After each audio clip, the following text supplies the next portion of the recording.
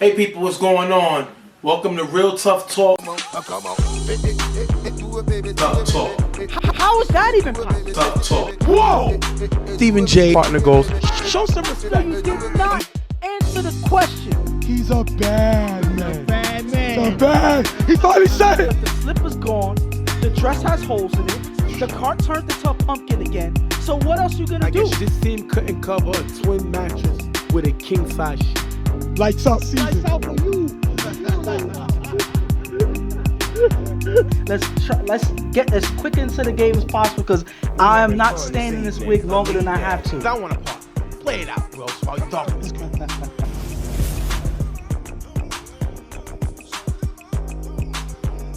What's going on, people? I want to thank you again. I'm humbled and honored to have y'all as our guests. Welcome to another episode of Real Tough Talk. I'm Stephen J. As you can see, my partner Ghost over there. And we're absolutely happy that you're here with us in week 2 of the UFL. I mean, it's been exciting few weeks. Has been a different few weeks, not being on our field, starting early in October. It's a different feeling starting football in the fall. But, I believe that we're blessed that we're able to have football right now, especially in the times that we're in. Guys can come out, leave their distractions at the door, come out and have fun. That's what we all here for. And I'm just glad that we're able to have some football this week. And real quick, I wanted to make an announcement. And I wanted to let guys know, we all know we're getting competitive in the game and we're trying to be a part of the game and we're trying to win and do whatever. We're trying to compete. We have to have a lot more self-control. It was some events that nothing too crazy, but we want to address them before they get a little out of hand as far as guys running on the field. There was a little too much cursing that a lot of the new refs were still getting used to that rule that it's going to be very much enforced in this next coming week. We just ask guys, listen, just control yourself. The UFL is all about control, and that's the basics of the whole league, and that's what makes the challenge more challenging than any other league you play in. You have to be able to hold your composure. You got to be able to hold your head. You have to be disciplined. So those are the main factors. So it doesn't matter what league you're coming from. It doesn't matter where you're coming from. The rules are the rules. As far as, we're willing to bend on certain things like, Tim is up, moving the roster up to 20 from 18, little things like that. But as far as composure and controlling yourself, that's something that's not going to be, not being able to control yourself and not holding your composure is not going to be tolerated. The curse will be very much in effect, and running on the field can definitely get you a flag. Let's focus on playing football and not so much with the arguments, I mean, obviously, things happen on the football field, but we ask that, that whenever the play is going on, obviously tensions are high and everything like that, but try your best to allow the refs to do their job. Yes, I know most guys are critical of the refs. Sometimes they don't see certain things that they should, but pressing on them a little too much does not help. It doesn't add to anything. It doesn't improve anything. All it does is delay everything. So at the end of the day, allow the refs to have a chance to make a call, to decide something. I've seen some guys, react in the middle of the play. Let the play finish, and then the guys on the field, the players that's playing, can go and talk to the ref and see what happened. Maybe the ref saw something, and they may throw a late. Give them a chance to actually do their job. Again, some people may be critical of the refs. They may not see anything, yada, yada, yada. We've heard it all before. But at this point, allow the refs to do their job, because arguing after the play for 10 minutes at a time, all it does is delay everything. And at the end of the day, 90% of the time, 95% of the time, nothing changes anyway, because the call that was made is already made. So you can talk to the ref, but let the play happen. And then one player, whoever's in the play, can talk to the ref, not the whole team, not guys running off the sideline, everything like that, because it doesn't help anything at the end of the day. Bottom line, we want to focus on football. Let's keep it football. This is right now, This game is a privilege to be able to play. It's not a necessity. So let's treat it as that much. Let's have a good time regardless of what, and let's control ourselves, guys. Flags will be coming up this year, especially this week. We have kids there. We have women there. Let's show them our sport. Let's show them our craft, but let's also show them as well as ourselves a little more respect. It's understandable in the first week you got a little on hand. Let's get it back together at this coming week, okay? Now let's get to football. We're going to talk about the first game, which is the Gators versus the Raiders. Try to say that 3 times fast.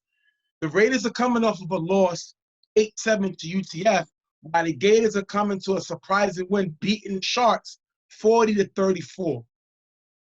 Would you say the Raiders' loss was more disturbing, or the Gators' win was more impressive? Which one would you put first?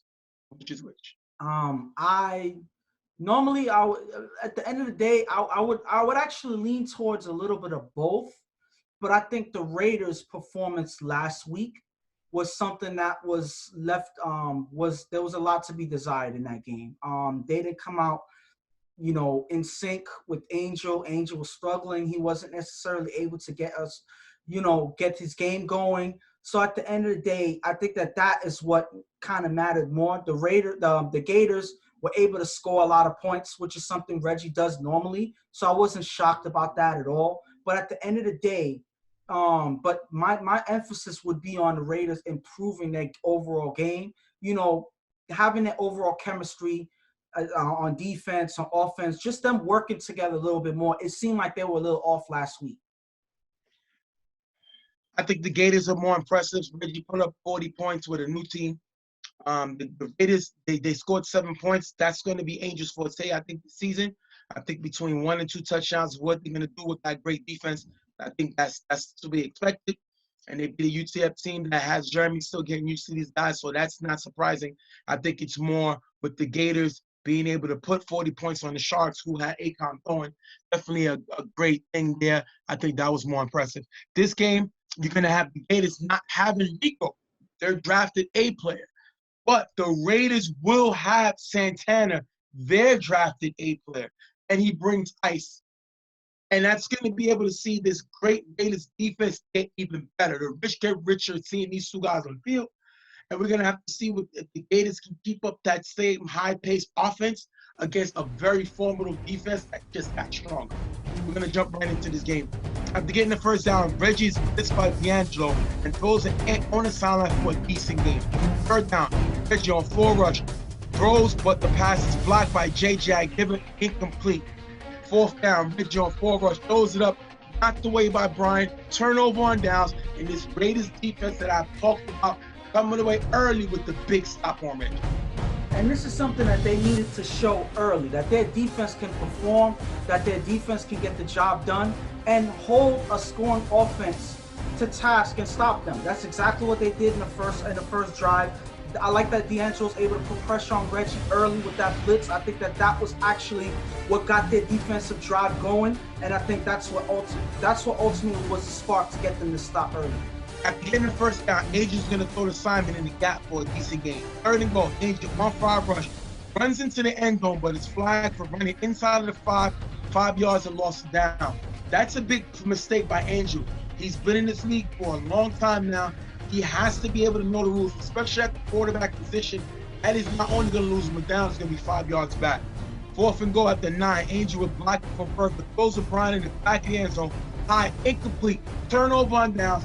The Gators are able to make a stop. Now, this is something the Gators were not able to do last week. They're able to make a stop here.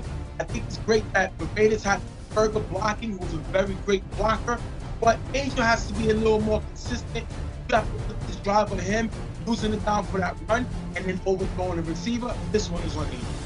And the struggles from the last game continue in this one. There's another drive where Angel was not able to get into the end zone. He had opportunities, but that one play where he got a flag, I think that hurt him on that drive because he was 5 yards away from the end zone, and because he was driven back and a loss of down, I think that's what sealed the deal for that turnover right there. Gators get the ball back. Remember, it's 0-0 on 4 rush. Reggie throws it to Prodigy, open in the gap, overthrown. Second down, Reggie's missed by Jerome. Throws a Flacco in the gap, tip almost picked off by D'Angelo. Third down, Reggie on 4 rush is sacked by JJ as the Gators are going to have a punt. The question was this a tag? I had to really slow it down, and it's hard to see if he got a clear 2-hand tag on this thing for on this play for a sack. But unfortunately, he was able to get the sack. Reggie should not be on that much pressure. Guys need to be getting open earlier. JJ would have never gotten so close to the sack right there in the first place, and ultimately leads to them punting. Reggie was the most sacked quarterback in the league last year. The guy cannot move. He's not mobile at all. Them Gators used to have to keep a blocker all the time. So now that the Raiders are able to bring pressure, and the Gators don't have Rico, the master of the 5-and-out, the guy who can get open off the line, that's why they're struggling. This guy Brandon from the Gators is still getting used to it, still coming up. This is going to be a lot of trouble for the day. Great stop by that Raiders defense. Angel's going to get the ball back on second down. Angel's going to throw to Santana on the sideline, who cuts inside and gets to the 3-yard line. This is why they drafted Santana. Not only is he a playmaker on the defense, the guy has blow-away speed offensively, and he shows that he's still able to do that. This is why the Raiders went on again. Third and goal, Angel finds Bryant in the corner of the end zone for a touchdown. Simon's going to get the extra point. 7-0, Raiders take the lead. And the thing about Santana being on offense is that not only is he another target for Angel, but he's also a person that can draw defenses towards him. He can draw defenders towards him. They're going to pay attention to him. And because of that, that opens up all the other receivers to get open. And that's why Angel's able to find Brian at the last play here for the score. First down, Reggie gets blitzed and sacked by Joel. After getting the first down, Reggie's missed by Joel. Throws to Brandon on the sideline, knocked away by D'Angelo. Third down, Reggie throws an ant open on the sideline, getting him to the 3-yard line. That's miscommunication between Brian and Will. That's going to take us to 4th and goal. Reggie throws an ant in the back of the end zone, caught out of bounds, turnover on downs. If you look here, Ant steps up before the catch. But what's this holding on Dubre on the play? What do you think? It looked like there was a little bit of contact, but I don't know if I see enough to merit a flag on a play for holding. But if you look at here, Ant steps out before he makes the catch. He was open, but you got to know exactly where he is on the field. Unfortunately, he steps out of the end zone before he makes that catch. A big play turns into a turnover. We're not going to talk about the Uber play. That's not a big deal. What's the big deal is the fact that Ant steps out of bounds. As a receiver, you must know where you're at on the field, especially with your offense struggling. As you can't throw it and they keep you in bounds at the same time. So Ant, he has to find a way to catch his ball in bounds and help his offense out. They're going to get stopped. Raiders can't score before the half. That's going to take us into the half. 7-0 Raiders. You notice the big difference between the Raiders defense last game and the Raiders defense this game. Now, they didn't give up any points scoring against UTF in the last game. But this game, I believe that they stepped up facing a better scoring quarterback in Reggie. They were able to put pressure on him early. And because of that, it kind of dictates where the defense is going throughout the half. You see Santana and Ice being factors on this defense. And you see guys pressuring the quarterback, locking up the gaps, not giving Reggie any targets. And I believe this is why they have the game that they have. They're only up 7-0. But I think that with a defense, the way they're playing, that's enough to go into the half. I think they should be satisfied with that so far. And I disagree with you. You're saying we saw what the defense did last year. It's a little different. Last week is different. It's not different. It's even better. They slowed down a guy like Jeremy last week who's not only can throw the football, but is mobile.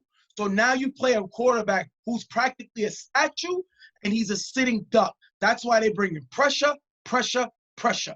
And that is the reason why Rico is so important in a game like this, because a team that brings a lot of pressure is going to leave a lot of openings in the gaps. And without having Rico here, you don't hear the guy Brandon, who I believe scored 2 touchdowns last week. So that's the issue. This offense of the Gators has to show that they're much more efficient. So the question is, was it because Reggie was on a smaller field last week that now he's on a field that's a little longer, he's struggling?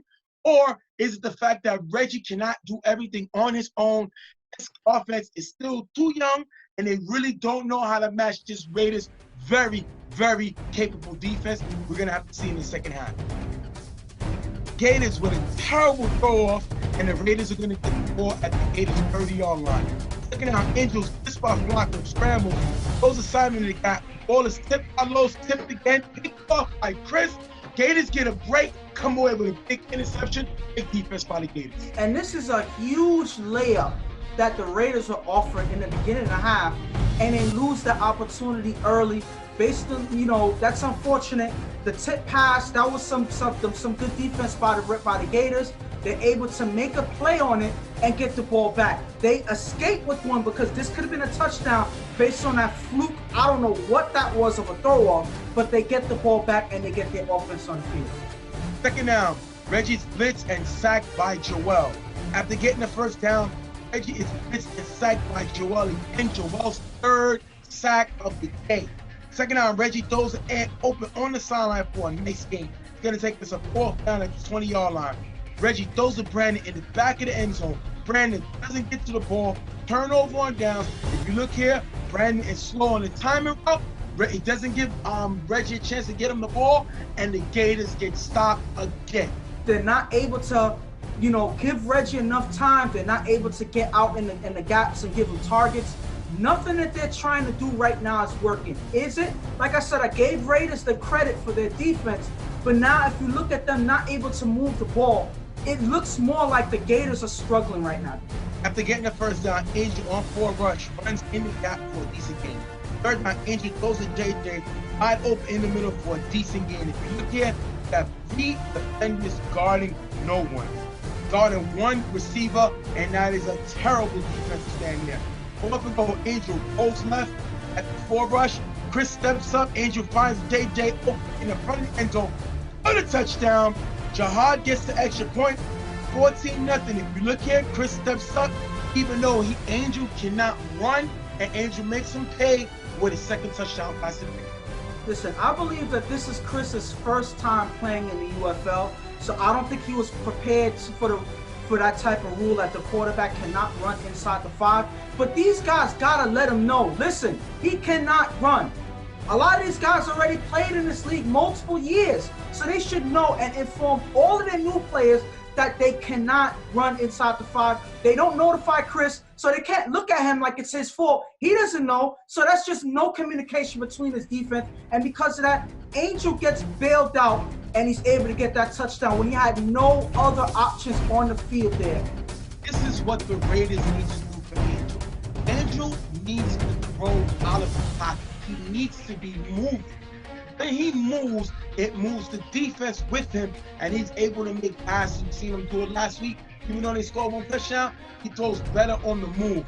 If you keep him in the pocket, that's when these guys don't run the right route, and he doesn't look as efficient when he's sitting in the pocket.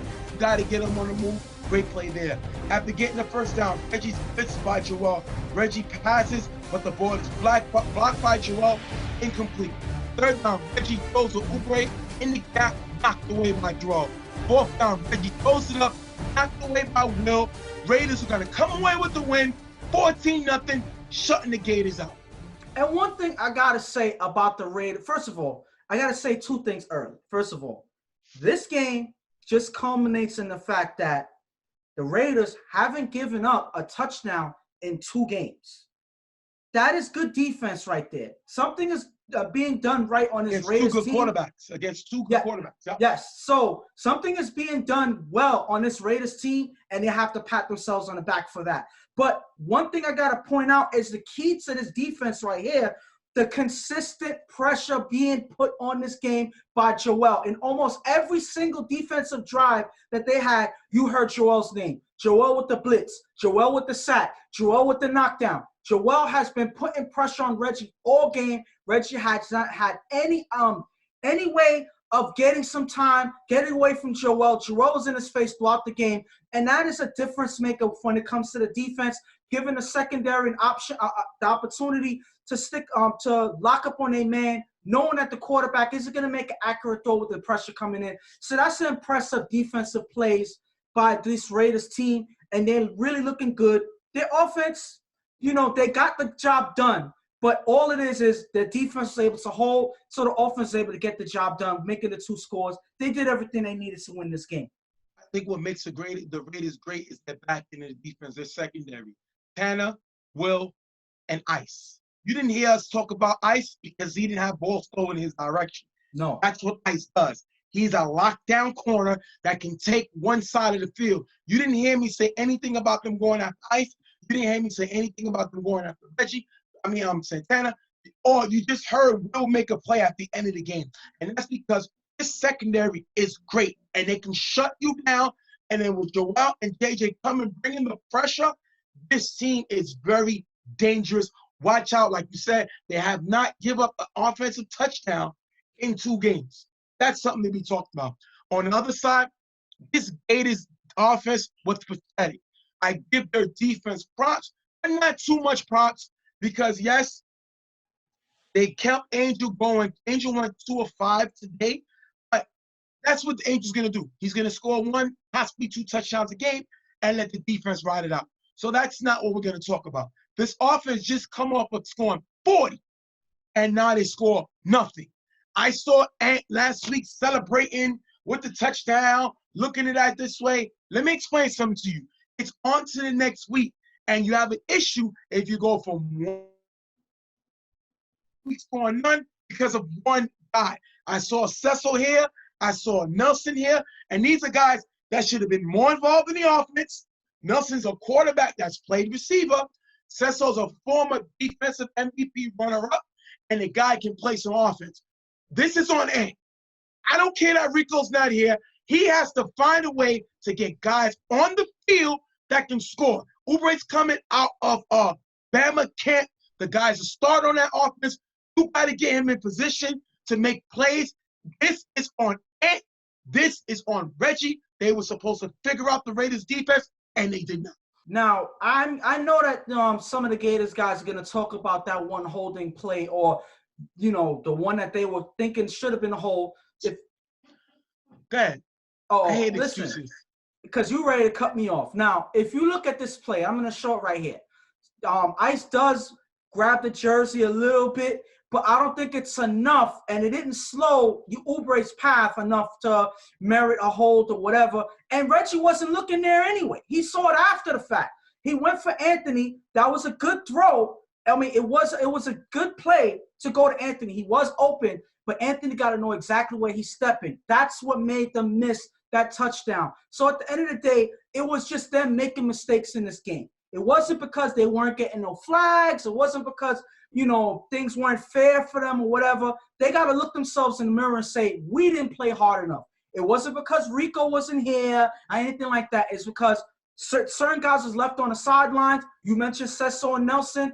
There were certain guys that were not able to get past the defense, and Reggie was under too much pressure. So there was too much going on for this offense to get the job done in this game. That's why it was. Real quick, before we wrap this up, tell the Gators, boo-hoo, cry me a river.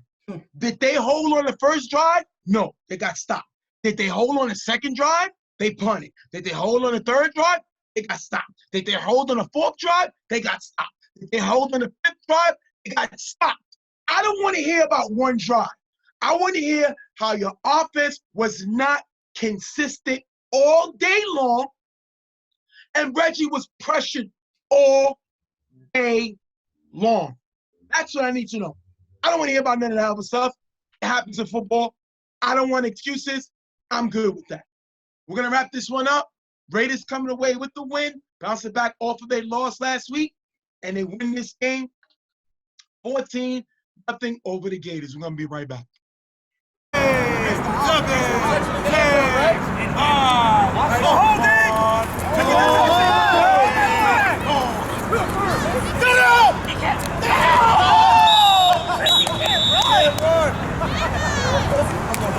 Touchdown.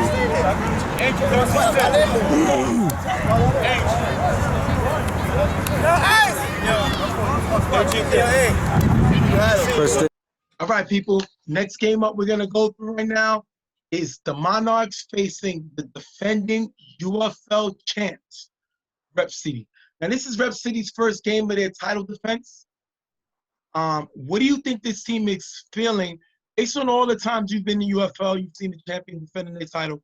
What do you think this team is feeling coming into this game?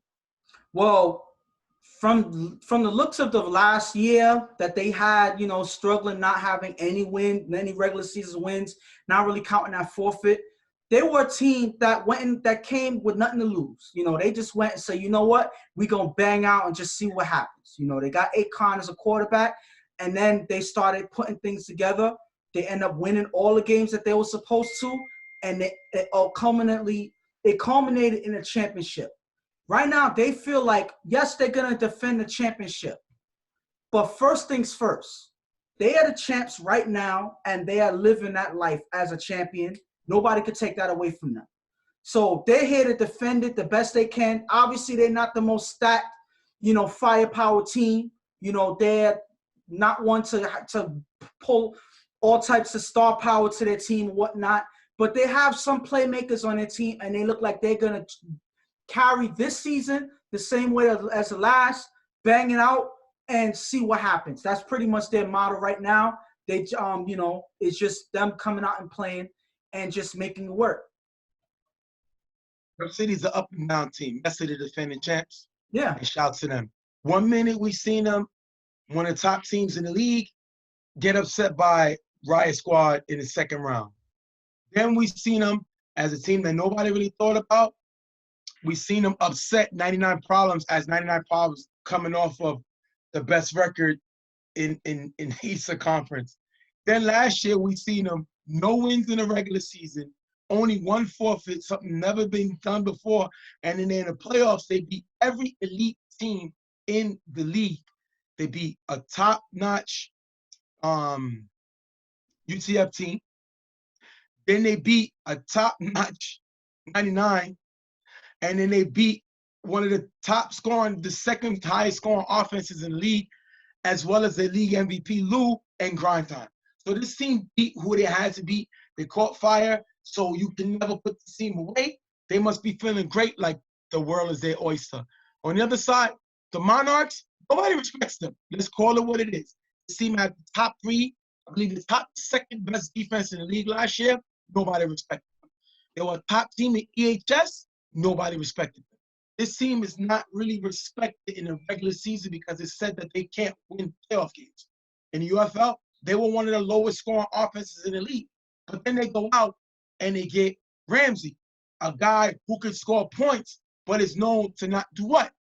Win playoff games. Yeah. So it's like, why would you do that? You got a quarterback that can't do the very thing you can't do.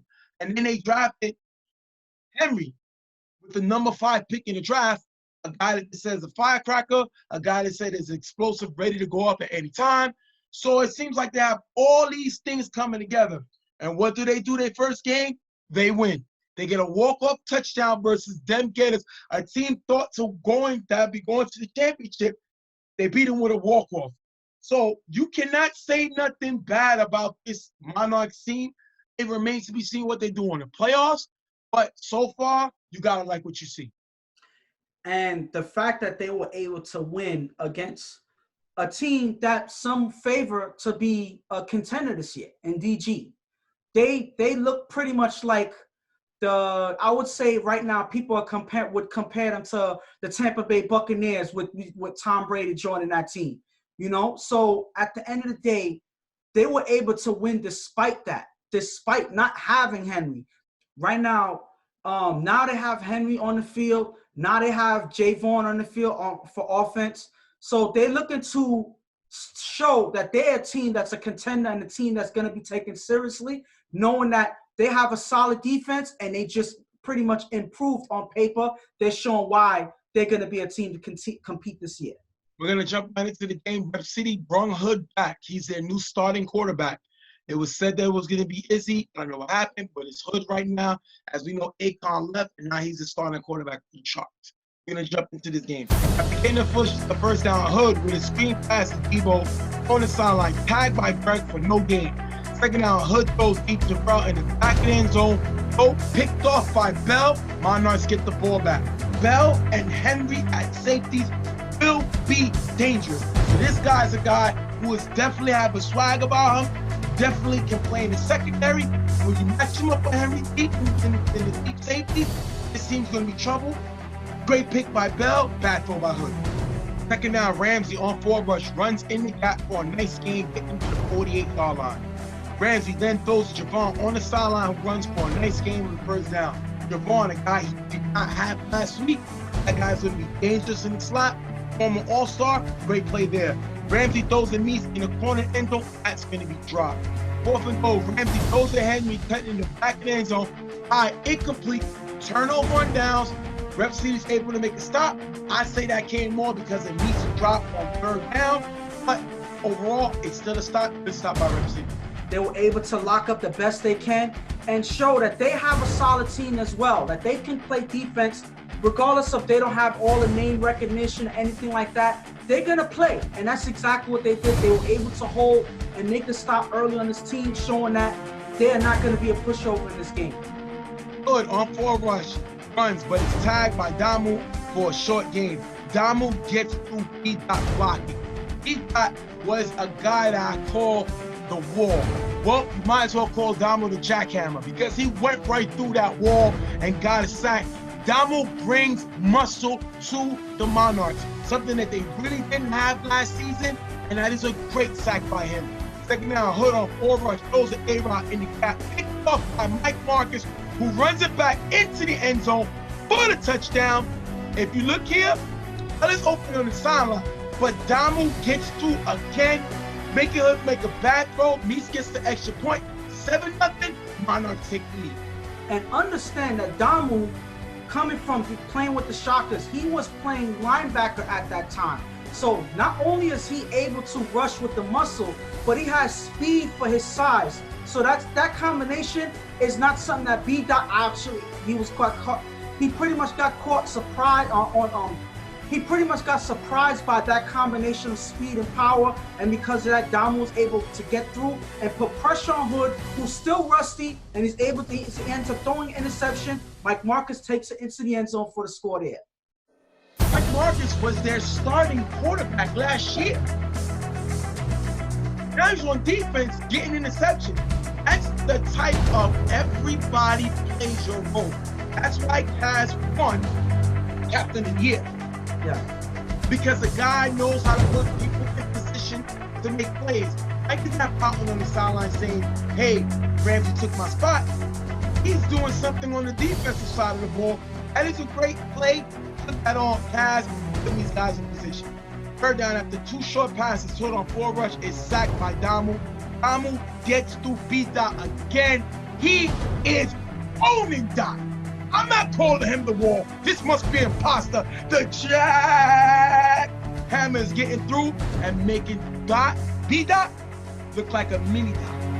Walk down at the 45-yard line. Hood on forward rush, goes to A-Rod.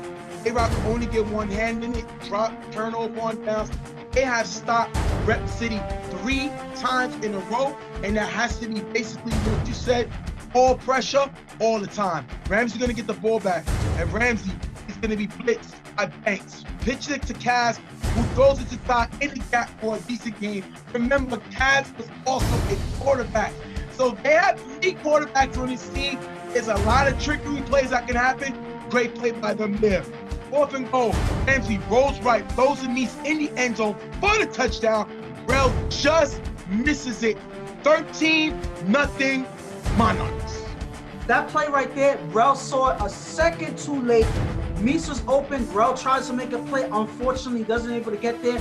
But Ramsey's able to put it through to Meese right with the defenders there. And that's one thing about Ramsey. He is going to throw right past the defense. He is, like you said, and like everybody calls him, the gunslinger, because he's not afraid to make passes like this in the gaps, right through the defense. He's able to do it here for the score. Going on 1st down is going to throw the deep to Rel. 1-on-1, going to be caught by Rel, out of bounds, incomplete. Last play before half, Hood throws deep to Rel again with contact from Bell. The ball is dropped, taking us into the half. Like I said, Bell brings the pain. Just like Damo, just like Henry, this defense is efficient. They're physical. They got a little of finesse in a Mike Marcus. This is a good defense, and they make Rel pay for going for this ball. Take us into the half, 13-0. And one thing you got to say, first of all, that play right there just defines how their defense works. When there's a gap, the next person comes up and fills that gap. And exactly what happens here. You see Bell saw that last play. That could have been a touchdown, just out of bounds. This time they go for Rel again. Bell comes with the help, brings the contact. Rel is not able to hold on to the ball. That is the way that you adjust your defense and you see exactly what's going on in the field and you put in the help, you put in the contact. That's exactly what Bell is there for. This defense is scary. This defense is, I would say, underrated. I would say they are pretty much a sleeper defense. It's funny that you could say that about a team that had the best defense in the regular season last year. But well, the top best. I think Sleep had the best. But I think it was second. One of the best, yes. I think it was second. Yeah. But my thing is, they had one of the best defenses in regular season, and they were still slept on all season. Yep. So the fact that they have so many weapons and so many players on defense, and they're able to do the things that they do is very scary. And the fact that you put Remzi on this offense and is able to score now, he's not killing the score yet. He's up 2 scores, but I see that changing in the second half. If Rep City's not able to stop this man, he's going to eventually get into the rhythm and put some more points up. They got to watch out for that. Rep City picked up where they left off last year, a bad team. A team that got hot last year. They got Akon at the right time, and they got the perfect man for them for the playoffs. That don't mean Akon let up score in the playoffs, and he kept the team calm, and their defense carried. But right now, the team is still bad. They went out and got Hood at quarterback, and he's a little rusty. I think Hood is a efficient quarterback. It's going to take him time to get used to these guys again. But my thing is, it doesn't seem like this team takes regular season games serious. He got getting ran through, well, missing touchdown plays.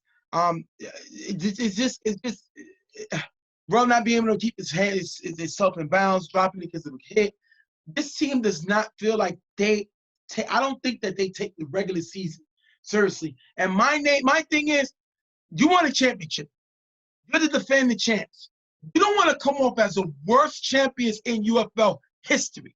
That's what you're going to be labeled as. For the simple fact that you don't win regular season games, and it's going to look more bad on the teams more than you won it. It's going to look like the teams lost it. Hopefully they can turn up the second half, because this first half did not look good at all. Got the ball 4 times, got stopped 4 times, and threw a pick 6. One of those 4s, going 27. We're going to have Monarchs get the ball in the second half. Ramsey's going to throw deep to Henry, who beats Debo on the side and caught in the end zone for the touchdown. Ty gets the extra point, 20-0. Monarchs. If you look here, Debo got caught looking at Ramsey. Ramsey makes him pay and finds Monarchs 5th overall pick. Possibly the best player in the draft for a bomb, and that has to be a Dawn's time. Great play there. And the funny thing is, you finally see it. Ramsey using Henry downfield. Once he really gets used to using him consistently, it's going to be problems for a lot of defenses. As you see here, look at what Ramsey does on this play. He rolls out. As you see here, Javon is also open in the middle. But Ramsey sees that, the defender's there. He sees Henry on the sideline, and he throws a no-look pass downfield. I don't see no other quarterback able to do that as consistently as Ramsey, and that is why Debo got caught looking, because Ramsey can do it at any given time, and that's exactly what he does. He throws downfield, catches the defense looking, and Henry's able to get the touchdown in. And you know what's funny about this? How I know best about this play? That's similar to the touchdown pass he threw to me in the All-Star game. Rolling to one side and coming back and throwing back on the opposite side. The guy can do it, as hopefully goes back to footage up there, my possible last football touchdown of my career. But at the end of the day, Henry's a lot faster than me. Henry's way better than me. And if you can give Henry the space, you're going to pay. And this is why Cavs went out and drafted this man. Regardless of what anybody said, this is why, and you see him getting what he paid for. After getting the first down, Hood with blocker from Peacock. Throws to A-Rod, cutting on the sideline for a decent game. First thing on the defense, at the distance to the end zone. Second and goal, Hood finds A-Rod in the back of the end zone for the touchdown, 20-6. Rep City finally scores, and on that play, Damo gets ejected for cursing. That's going to hurt their defense a little bit because they lost their best pass rusher. And the funny thing is, Damo in the first half had 2 sacks. So to lose their pass rusher, to lose the person putting pressure on the quarterback, hopefully that's not something that's going to regularly happen with Damo. Damo's a trash talker. He's a person that gets hype in the game, but hopefully he's not one that's going to get thrown out that often, because this team can use him throughout the season, and that would be a big loss for their defense. But wait for Hood to get finally find A-Rod in the end zone. That is a big pickup for their team. A-Rod is a good offensive player, and Hood is able to finally get into the end zone. This is something that they need more of in the second half. They have a long hill to climb, but hopefully this is the start of that. Well, Monarchs can't get anything on their next drive, and they're going to end the punt. Hood gets the ball back on second down, throws the A-Rod on the sideline, gets him to the 20-yard line. A-Rod is becoming that consistent weapon that he can go to. They didn't really have a 1-2 punch. James played decent last year, played well. Debo played well, but it was pretty much the Rel show. Well, A-Rod gives him a second receiver that can kind of take the pressure off of Rel. They wait for Hood to find him there. 4th down, Hood on 4 rush, throws the A-Rod in the back of the end zone. Incomplete, turnover on down. As a bad throw by Hood, another great stop by this Monarchs defense. And this is just Hood showing his rust yet again. At the end of the day, you know, there's not much you can do if the quarterback is not able to make accurate throws. And that's exactly what's happening in this game. Unless he does something to improve his rhythm, whatever it is, they have to talk to him, take some pressure off of him, because right now he's not really getting it done. Yes, it's his first game, but this game counts. So at the end of the day, he's struggling out there, and he's not able to get to finish that drive for the score. Ramsey's gonna throw to Kenny, cutting in the gap on a nice game, picking up the first down. Then Ramsey on 3rd down throws to Javon in the gap for a decent game, as Seamus gives him too much space. Can't do that with Javon. Is definitely a top target in that middle, and he makes a pay here. 4th down, Ramsey finds Zay in the back of the end zone for the touchdown. End of the game, 26-6, ending the game the way he ended last week's game, finding Zay pretty much for the win. I don't even believe we saw Ramsey's best out here. I don't believe that we saw his best play. I think that the best is yet to come in this season, especially all the star power he has. And this defense, I believe, is the most scary thing about this team. And one of their better defenders, 2 of their better defenders, Malachi and Arbely, is not even here yet. And this defense is showing that they can do damage right now. This is a promising team. Yes, I called them paper tigers last year. They didn't like it. But at the end of the day, they got to show that they can hold this tempo throughout the season and show the same tempo in the playoffs. We've seen them do this in the regular season. Hopefully they can do the same play in the playoffs, but they're looking good right now. Shout out to the Monarchs. Definitely played a great game today. Defense definitely stepped up completely. This Rep City offense had the ball 6 times and scored once. And one of those 6 that they scored was because of, cursing to get them half the distance to the goal. Yeah. So it was a mistake made by the Monarchs defense. Henry showed why they went out and got him. Bell is a danger. Javon making plays up the middle, and it seems having fun. Guys put together a great bunch of guys. Mike Marcus with a pick 6. This team is going to be dangerous going into the future. Ramsey leading, holding it down with 8 touchdown passes for 1 interception in 2 games. Now let's talk about Rep City. They're the defending champs. Mm-hmm. Can't take that away from them. Yeah. Nothing to do with this season. I think right now, Rep City is disrespecting Rep City's name. They won a chip. But to hell with that, we weren't about the playoffs. You're not going to get away with that shit. Yeah. Do you know when's the last time Rep City won a on-field game? February 2nd, 2019 was their last win. Wow. They beat the Wolverines in that last game. That was the last time they won a game on the field. That was 2 seasons ago. Yeah. So we went through last season. They didn't win a game. They won a championship. And now we start up this season with them not winning the game. That's pathetic. They have lost 6 games. In that span, they went 1, which was a forfeit win, 1 tie, and 6 losses. You heard what I said? Yeah, I heard that. They won on a forfeit, they got a tie, and they lost 6 games. That's pathetic.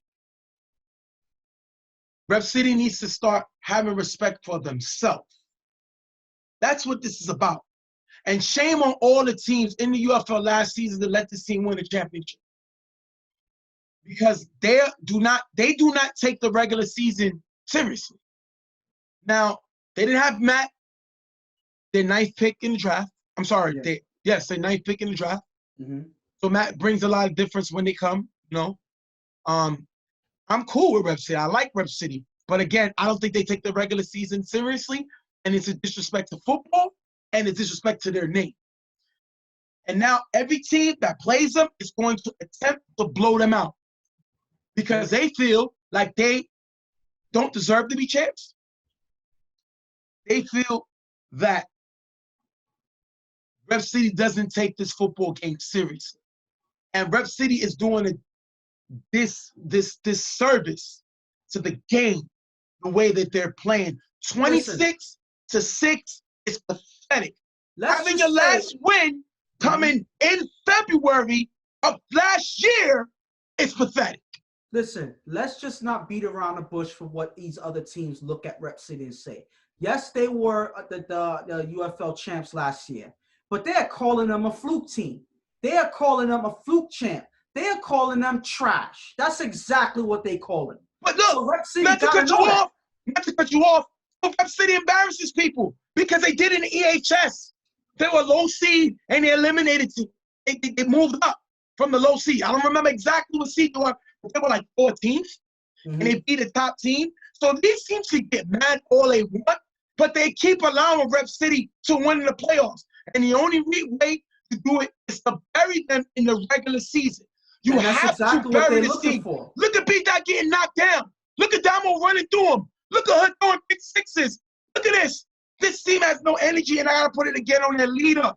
Rel got to expect more from these guys. You got to have respect for your team name. Yeah. At the end of the day, all they can do is moving forward. Hopefully they got they got Matt here to help them out, you know, with his experience or whatnot. But they need to move forward and play like every game is a championship game. They got to come out and bring their best. They got to take the regular game seriously. It can't be we don't take the regular season seriously or whatnot, because now the competition went from here to here.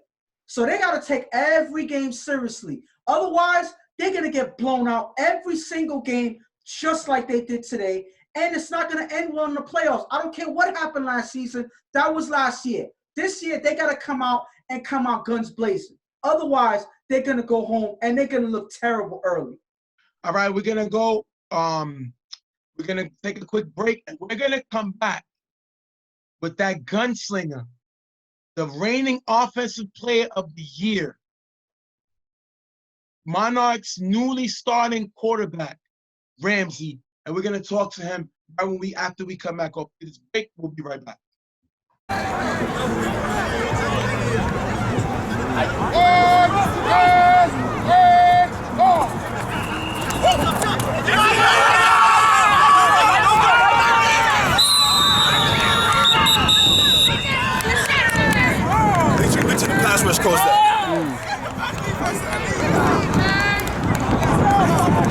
All right, people. Like I told y'all before, we had a special treat for you. We're here with the reigning UFL Offensive Player of the Year, former UTF starting quarterback, now current Monarchs quarterback, Mr. Remzi. What's going on, brother? How you doing? Hey, Jay. What's going on, man? How you guys doing? All right. We're good, man. We want to thank you for joining us today. Definitely, it's an honor to have you on the show, man. Thanks for having me. Yeah, man. We're going to jump right in. And before I ask you what's going on with your new team, the Monarchs. I'm trying to get into let people know the story of last season.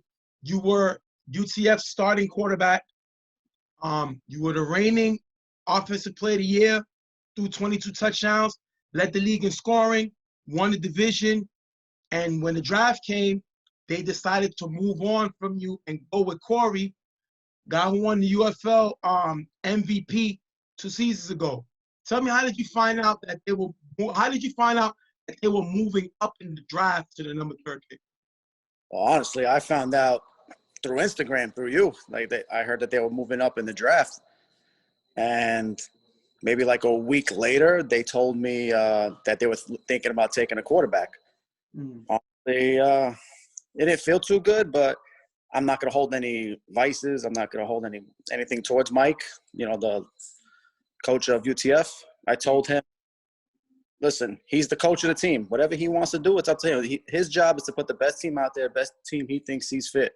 And if I'm not part of those plans, then so be it. I'm going to go play elsewhere.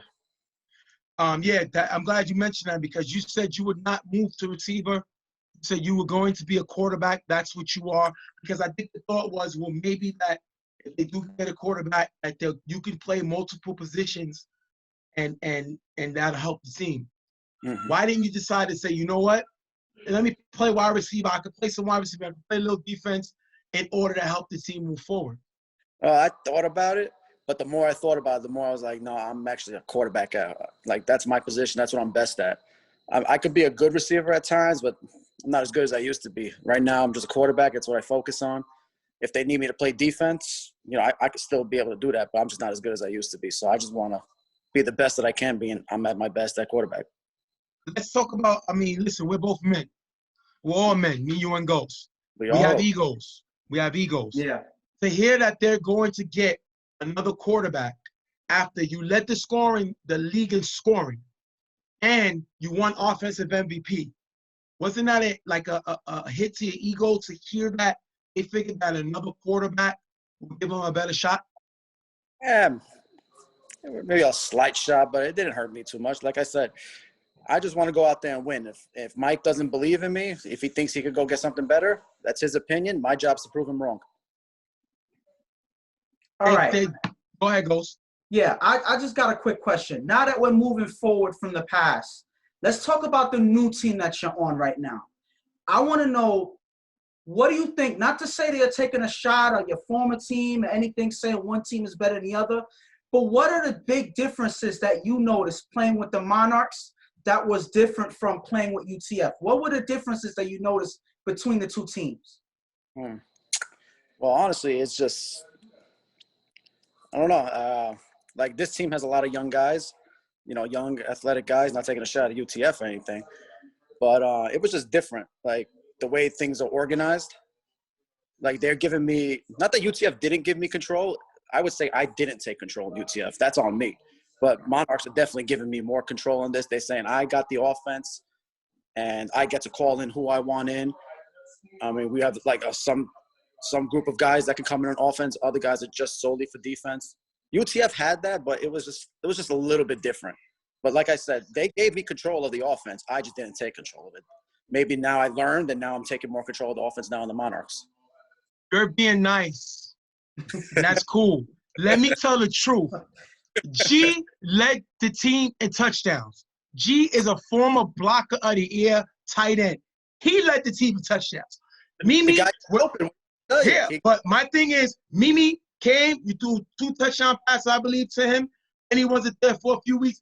My thing about it is the lack of firepower that they went out and got for you, and you still led the league in scoring.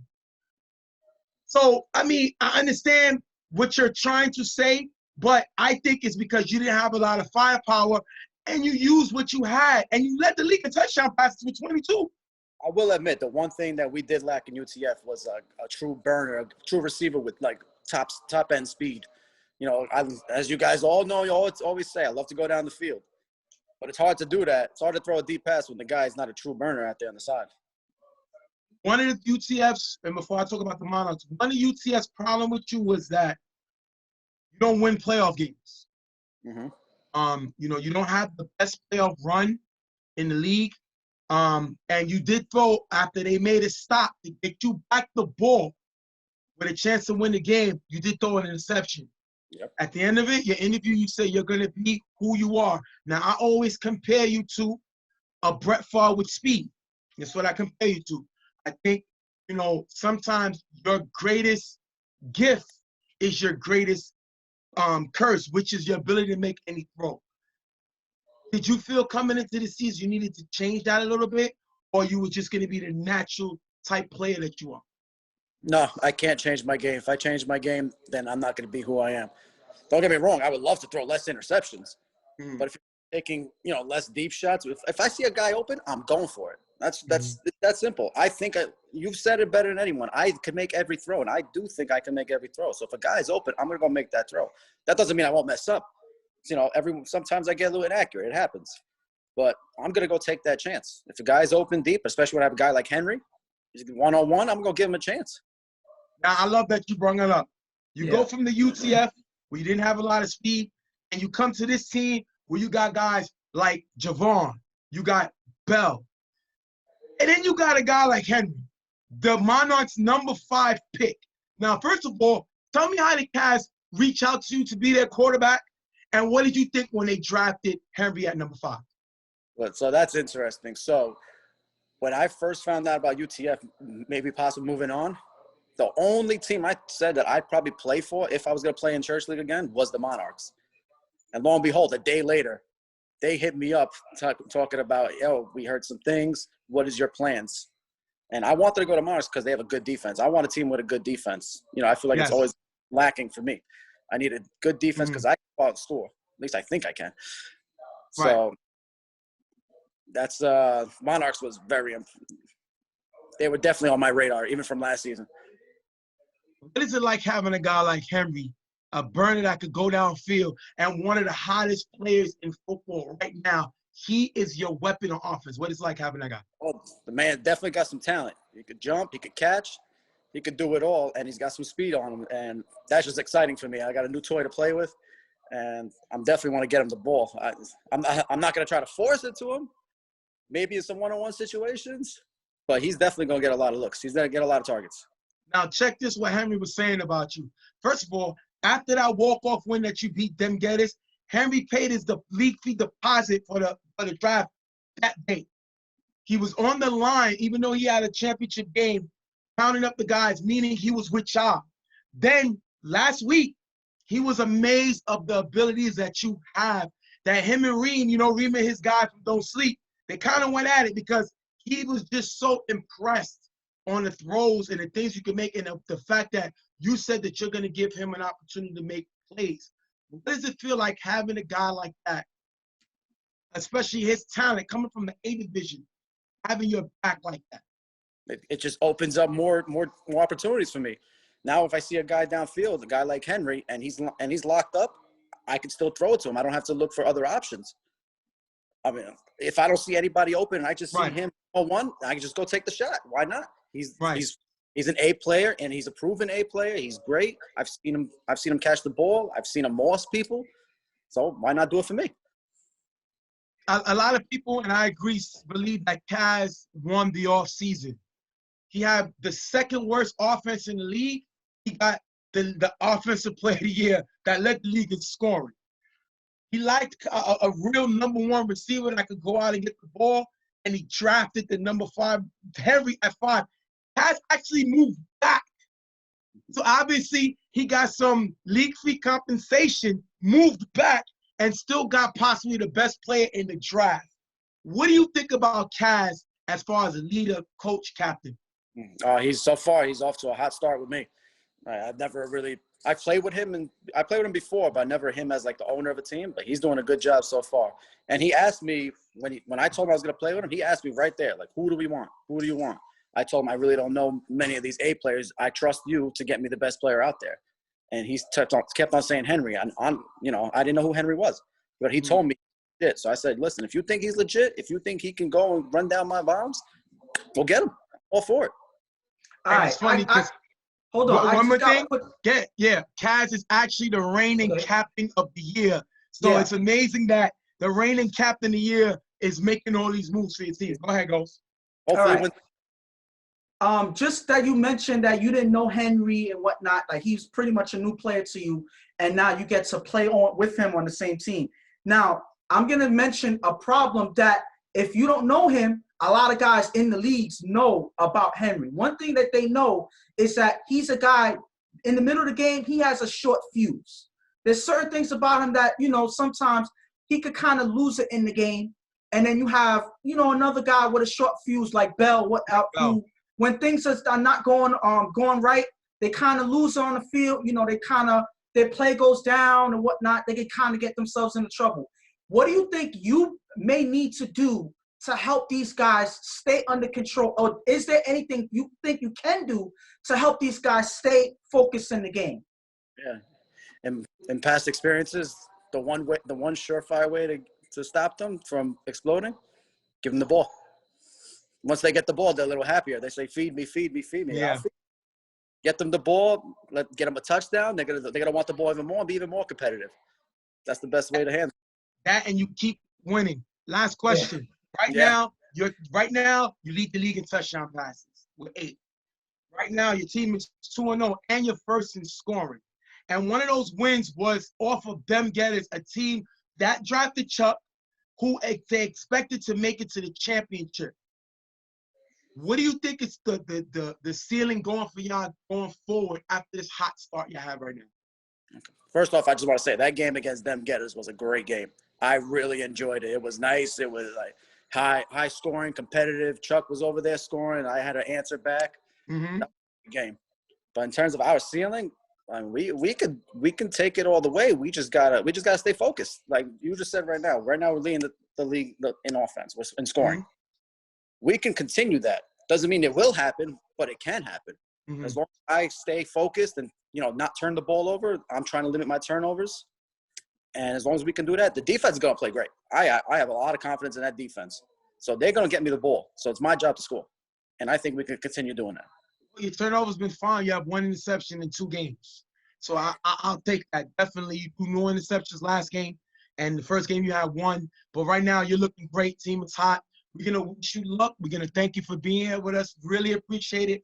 A lot of people wanted to know what's going on with the UTF brand, what happened. And I think you're being nice. That's who you are. You never take shots at people. I'm going to say I thought that they should keep you and drop the Prince Mo or Henry or get you a legit weapon. But you took the diplomatic way out, and we appreciate that also. Thank you, Jay. Thank you, Ghost. Thanks a lot, Remzi. We're going to talk to you soon, bro. Thank you, man. Great. Thanks for the interview. Appreciate you. Thank you. Bye. All right, people. Welcome back. Real Tough Talk. Hopefully you're enjoying the show a lot right now. It's a lot exciting. So far, we're going to keep it going. Next game we're going to talk about is UTF versus Braulio. Now, UTF is coming off of a win. They beat Raiders 8-7, but they didn't score on offensive touchdown. They scored that one on a kickoff, and then they went for 2. That's how they beat the Raiders. So we're going to have to see how they turn that around. This game, they face Braulio coming in with their first game of the season. This is Braulio's first game of the season. Unfortunately, they're not going to have their starting quarterback, Dave Matrix, their draft pick.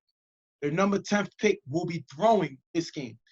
Now, let's talk about UCF right now. Right now, UCF, the reason they don't have Jeremy as their A player is because they still have Corey.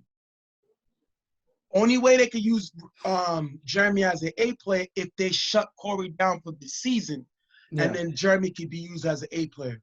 We've been told through sources that Corey should make it by mid-season, and they're going to use an exempt player on him, so he only has to make 4 games.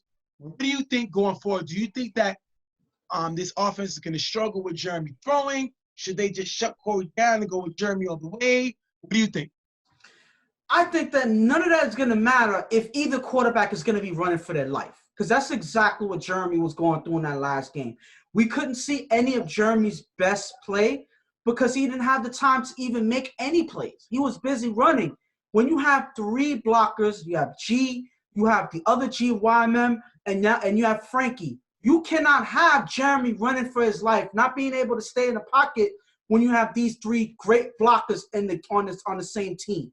So regardless if you have Corey or if you have Jeremy, it doesn't matter if they don't have protection. So regardless of whatever decision they make, it won't matter if they're not going to be protected in the pocket. That's a good point. Last week, Jeremy threw 2 interceptions, and it was a lot of pressure coming. One ball was tipped that got picked off, but he's definitely been running for his life. And I agree with you. I think it's smart for them to keep Corey on their roster. It's absolutely necessary. If they have to shut him down, then you shut him down. We'll go with Jeremy. But this defense really doesn't need Jeremy. I think they have a good defense without him. They need to let him just focus in on quarterbacking. Now, if you come to the playoffs and you already shut down Corey and you're going with Jeremy as your A, then, you know, I'm putting Jeremy on defense if I had to. I don't care about none of that. But right now, bottom line, they got a good defense to back them up, and I think they'll be fine. On the other side, go ahead. No. Just my quick point is, I think regardless of what we think, it'll be the dumbest thing on the planet for them to completely get rid of Corey and replace him with Jeremy. They went through too much work and money. Making 2 trades to move up. Yes, they went through too much work, trading up twice just to get Corey, just to let him go to replace him with Jeremy. Now, again, on paper, you get more from Jeremy because he can quarterback, but he can also play defense. All right. Lockdown defender, he can play pretty much whatever position you need him on the field for. So, yes, overall, you get more from Jeremy in a small one-person package. But they went through too much to get Corey to let him go now. They already put him on the exempt list. I believe that they should keep him. If they're going to do that, that's the right decision for me, only because they went through too much to get him. On the other side, Braulio's a team that people think they just a bunch of players. You know, I don't think nobody really takes this team seriously as a championship contender. I believe that's ridiculous to think because they wouldn't be here if they didn't feel the opportunity. And they're doing it for their fallen brother, which is why the team is named Braulio, after the 918 that passed away. I don't think that they just jumped in the league just to have fun. They jumped in the league thought to win the championship.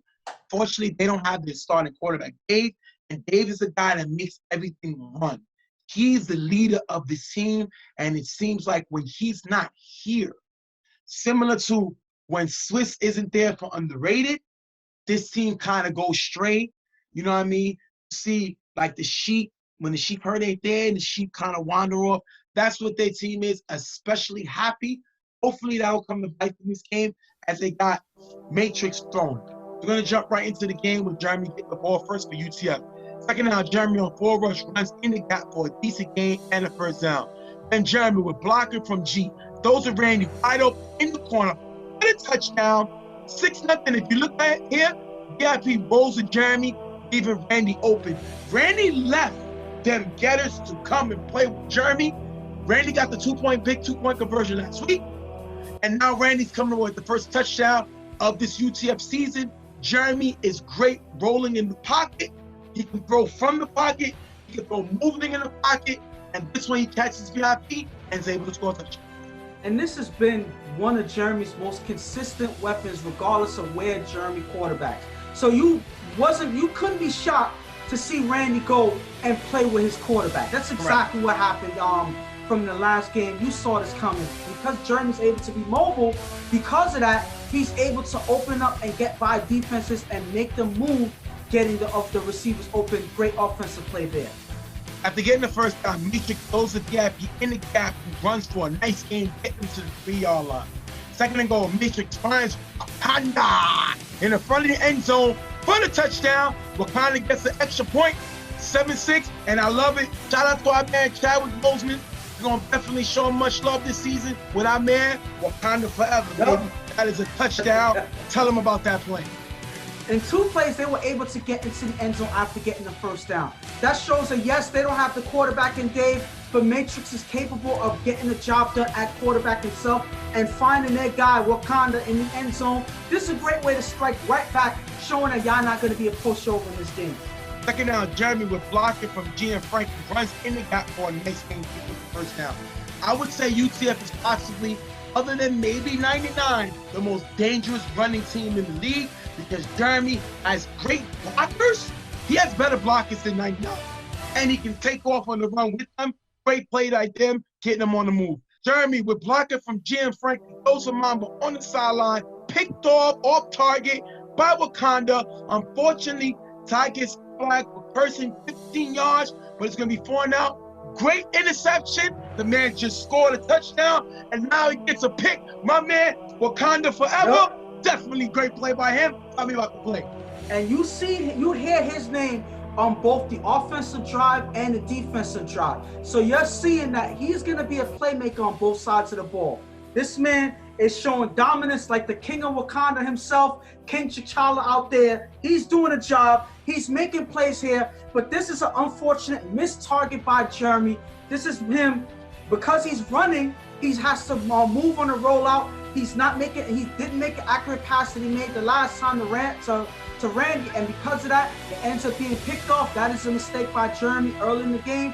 They could have went up again, but because they give the ball back, this is something that they have to, UTF have to recover from on defense. Well, much shout out. I love to see guys have a lot of fun, and that guy looks like he's going to be a playmaker this season. Second down, Matrix throws a Shuggy in the middle for a decent game. Shuggy coming from Grave Digger, definitely another weapon. Great play by him. Matrix on 4 rush, throws a VIP in the middle for a nice game. 4th down, Matrix throws a happy cutting in the front end zone. That's going to be dropped. Turnover on downs. Are you serious? This team had momentum.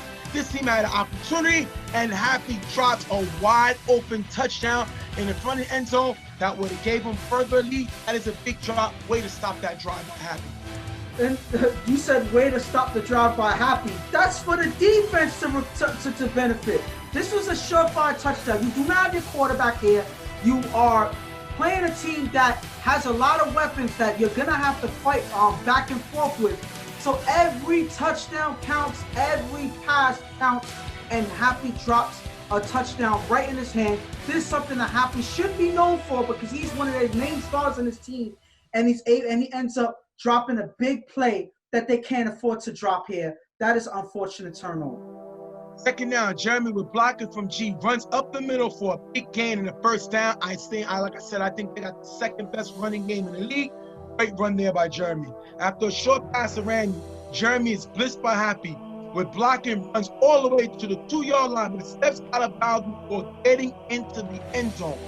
Third down on 4 rush, Jeremy is sacked by Kane as G misses the block. How do your quarterback runs all the way to the 2-yard line, steps up by mistake, and then gets sacked on the very next play? That's lazy blocking by G. G, a former blocker of the year, gives up a big sack.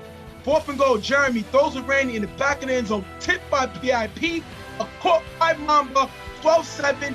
They score again. First of all, shots to Mamba. This guy elevated his game since PHS. He's definitely a weapon. And way to come away with that touchdown, because that would have been a deflating stop because of that sack by Kane on 3rd down. Jeremy stepping out of bounds on 2nd. I would have been deflated if they didn't score. They come away with the touchdown. 12-7, UTF. More of the same from the last game. You see G not being in position to block, and Kane runs right in through the middle.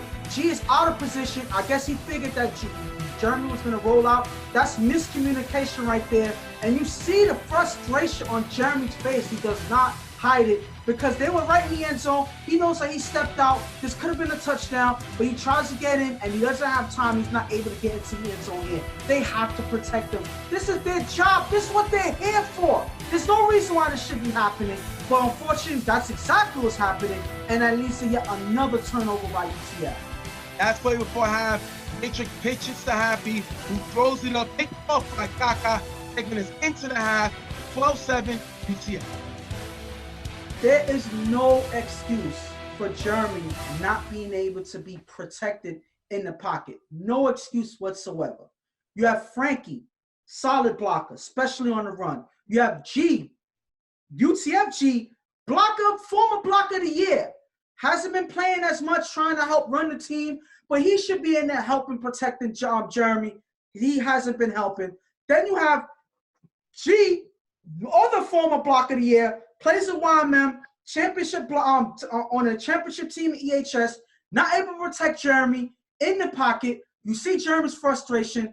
I would be frustrated if I was Jeremy. I can't blame him because there's no reason for him to have to run back and forth all over the field when you have three guys that's able to protect you in the pocket. That's why they're playing the game that they're playing right now. This could have been a bigger lead, but because of that, it's a close game when it doesn't have to be. Braulio's 1 for 3. Happy dropped the big touchdown. Now what happens? They score after. We got to make plays. We don't got our quarterback here. We don't got our draft pick here. We got to make plays when we give them an opportunity. You know, Happy has to be the cog when Dave's not here to lead the team, and he's not doing that. You know, that was a big mishap on the drop. And then even with the ball that we got tipped by VIP got to find a way to make this play because they end up scoring on it. We are giving away opportunities, and it's like giving away a win and a loss. You got to come away with these plays. Matrix is doing his best to hold the fort down, and unfortunately, this Braulio team is not giving them help. Jeremy's able to run all over this field. They're running down our throat. We got to step it up in the second half. Second half, Braulio gets the ball. Matrix is missed by Kaka, blocked by Happy Feet, but still sacked by Randy. UTF defense has played great. Last week, they gave up just a touchdown. This week, so far, they gave up a touchdown. They're playing very well. 4th down at the 45. Matrix goes to Happy on the sideline. Decent game, but it's flagged for the push-off. 10 yards back, Braulio has a punt. Tell me about the play. A flag like that kills a drive, and because of that, they're not able to get further downfield. This is them not having their quarterback, so they cannot make mistakes like that. That's exactly what happens in a game where they could surprisingly come back into this game. They give away an opportunity to move down the field because of a flag like that, and it leads to them punching the ball. UTF gets the ball. Jeremy on 4 rush is tagged out for a short game by Kane. Nobody gets open on this play. 3rd down, Jeremy's blitzed by Asa and sacked by Kane. G misses the block on the blitz. UTF after the punt. Somebody needs to talk to G. I don't know what we think he's here for. You know, I don't know if he's thinking he's doing G money from New Jack City. Maybe that's the G we need. Maybe this is not the real G. This is G money from New Jack City. The guy you really couldn't trust because Jeremy can't trust him right now because he's allowing all these guys to come in, and we seen G be a bully. This must be G money from New Jack City because Jeremy, if you look how Jeremy's looking at him, he's looking at him like Nino Brown looked at G money like, they can't trust you. And once again, Jeremy gets sacked, and now they're gonna have to come. But listen, we saw the ending of all of that when what happened with G Money. I'm not saying Jeremy needs to shoot him. No, that's not what I'm saying either. But the trigger needs to be pulled in the fact that, listen, one guy not working, you have 2 other guys that can take up that slack. You have to make adjustments. You are and the quarterback. They got Speedy too. Yes. Another former block of the year. Yes. So they got to make adjustments when they need to. And they haven't been doing that. Jeremy, obviously, even though he doesn't trust G right now, he still trusts him more than switching him out for anybody else. But right now, regardless of what's going on, nothing has been working. And because of that, the game is closer than it needs to be. Matrix gets the ball back on 4 rush, makes a pass, but it's blocked by Randy at give an incomplete. Second down, Matrix with blocker from Happy. Throws a Kane in the middle for a nice game. After getting the 1st down, Matrix on 4 rush. Throws an Asa in the middle, off target, incomplete. Last down, Asa with blocker from Happy. Throws it up, caught out of bounds, turnover on downs. Matrix and this offense is not able to capitalize on UTF punting, and they're going to get stopped. And you see the adjustment made at the ball giver. You see Randy, normally an offensive player, coming in at ball giver. Immediately when he comes in that position, he's able to make a play, knocking the ball down. 4 rush, you see him coming in. He's a big guy, so he's hard to block. Happy has to stay back, so he can't be a receiver out there. Because of that, they have less options on the field. Matrix is not Asa coming in for this last play, is not able to get it done. That's just great adjustments and great defense overall by UTF. Not rattled by their struggling offense. and they're able to hold for that turnover there.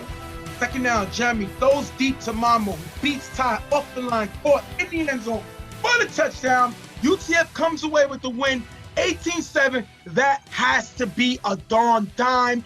Great throw by Jeremy, finding Mamba for the touchdown. And that was a way to put the game away, catching this Braulio defense off pretty much by surprise. When he goes downfield, as you see, the receiver, the defender that's with him is Ty. Ty got caught sleeping on that one. Mamba's a player that you cannot lose on the field. So exactly what happened. Ty gets caught by surprise. Jeremy throws it right downfield to him to put the game away. When Jeremy has time, he's able to make these throws. He hasn't been able to do it for the last 2 games. But finally, he shows that he's able to get the ball downfield. He has the arm to do it, so defenses have to take notice.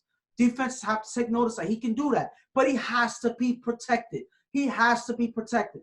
As long as they fix that issue, I think their offense will be just fine. But we have yet to see if they're able to do it. These last 2 games, they haven't. So we'll see in their next game if they're able to protect them finally. Braulio was 1 of 5. And Happy dropped the touchdown. I think they scored, and they had an opportunity to score again, and Happy dropping that touchdown killed that momentum because then you started seeing it going downhill.